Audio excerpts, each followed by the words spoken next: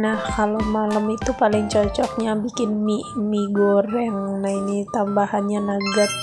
Nah, ini bahan-bahannya. Ini pakai sayurannya sawi aja. Terus jangan lupa ekstra cabai sama bawang putihnya nanti diulek.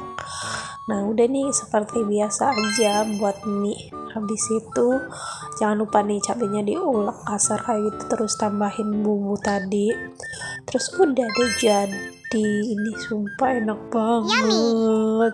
Jadi apa sih, pedes banget, enak banget, pokoknya yummy yummy bener-bener deh. Kalau tengah malam kayak gini tuh emang paling enak tuh bikin mie, bener.